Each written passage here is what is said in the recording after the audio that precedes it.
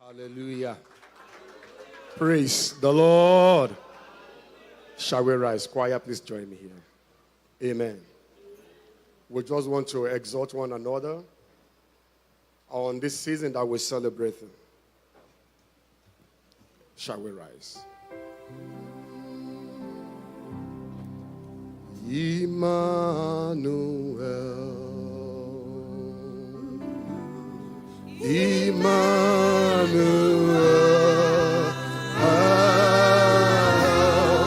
Emmanuel, your name. Somebody sing,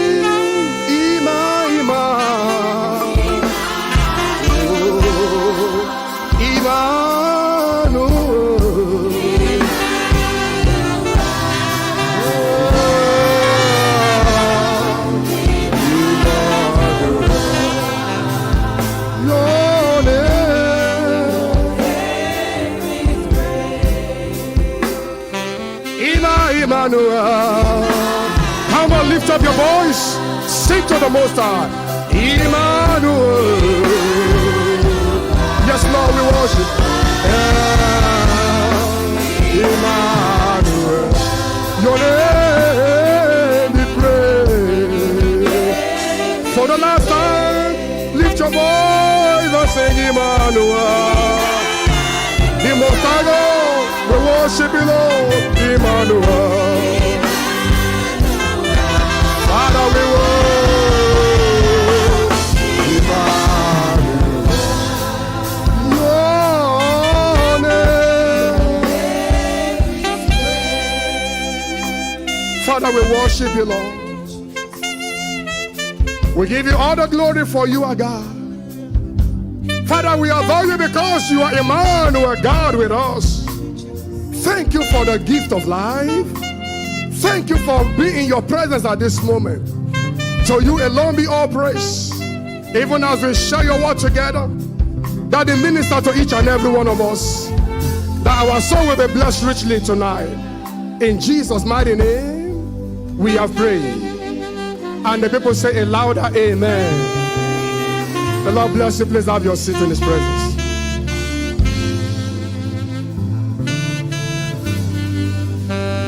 Your name be praised. I welcome you to the presence of the Most High God.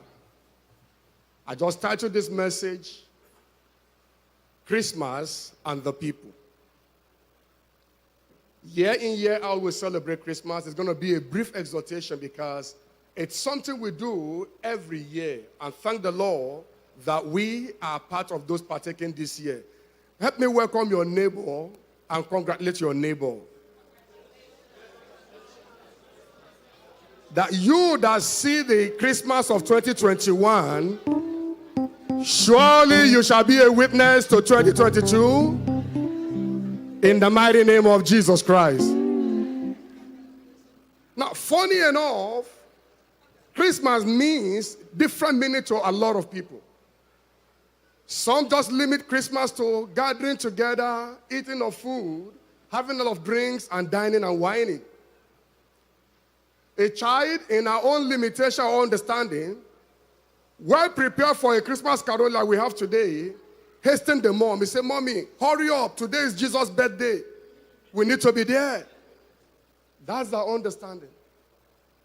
And the same thing, if I ask, or I've asked so many people what we're talking about Christmas, they say people are celebrating. Let's go together. What are we celebrating? They don't even know why we're celebrating Christmas. I want somebody to tell me, why are we celebrating Christmas? Yes, please, let's echo it together. The birth of Jesus Christ. Do you have a relationship with that Christ? Do you know that Christ? Let's just exhort ourselves briefly. Circumstances, there are so many, but I will limit myself to just 4. surrounding the birth of our Lord Jesus Christ. Number one, he came to save us from sin and the penalty of sin. Let's open our Bible to Matthew chapter 1 as we read verse number 21.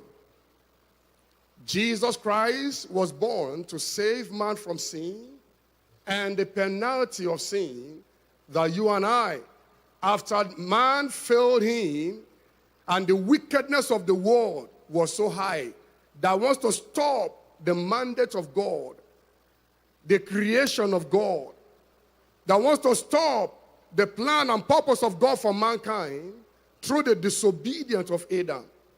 God made another provision, and that is why we gave birth to our Lord Jesus Christ. Shall we read together? Matthew 1 verse 21. And she shall bring forth a son, and thou shalt call his name Jesus, for he shall save his people from their sin. Are you still nailing Christ to the cross the second time? Celebration is not the only thing we're talking about when we talk about Christmas. It is a time you evaluate your stand with Christ. It is about time you check yourself, even as you rejoice. The man you are celebrating, do you have any relationship with him? Did you accept him as your Lord and Savior? Second point. Jesus came to lay the path of life for you and I to follow. The hymn we sang in the beginning said, God's word that came in human flesh. Jesus came in human form, live on earth, endure earth, in order for you to have somebody who has gone ahead. Everything you think you're passing through in life, God has laid a pathway that you will be able to walk without being consumed by the affairs of the world. Shall we open our Bible to John chapter 17? And we want to read verse 13 together. John 17, everybody will read verse number 13. Jesus showed the path of life, and he made us to understand, though we are in the world, but we are not of the world. We are reading together, and until we continue. Let's go. And now come I to thee, and these things I speak in the world, that they might have my joy fulfilled in themselves. Let's continue, verse 14.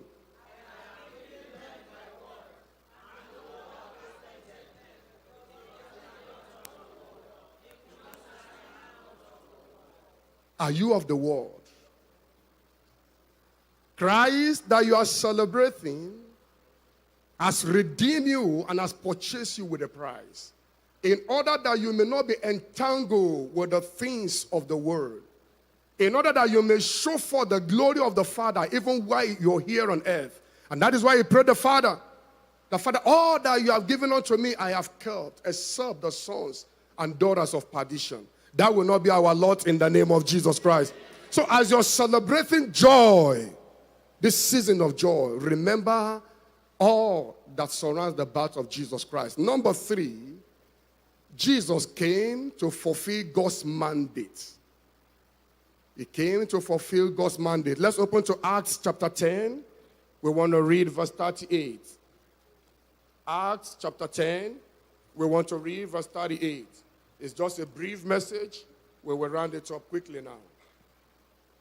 Acts chapter 10. Are we there together? Shall we read verse 38?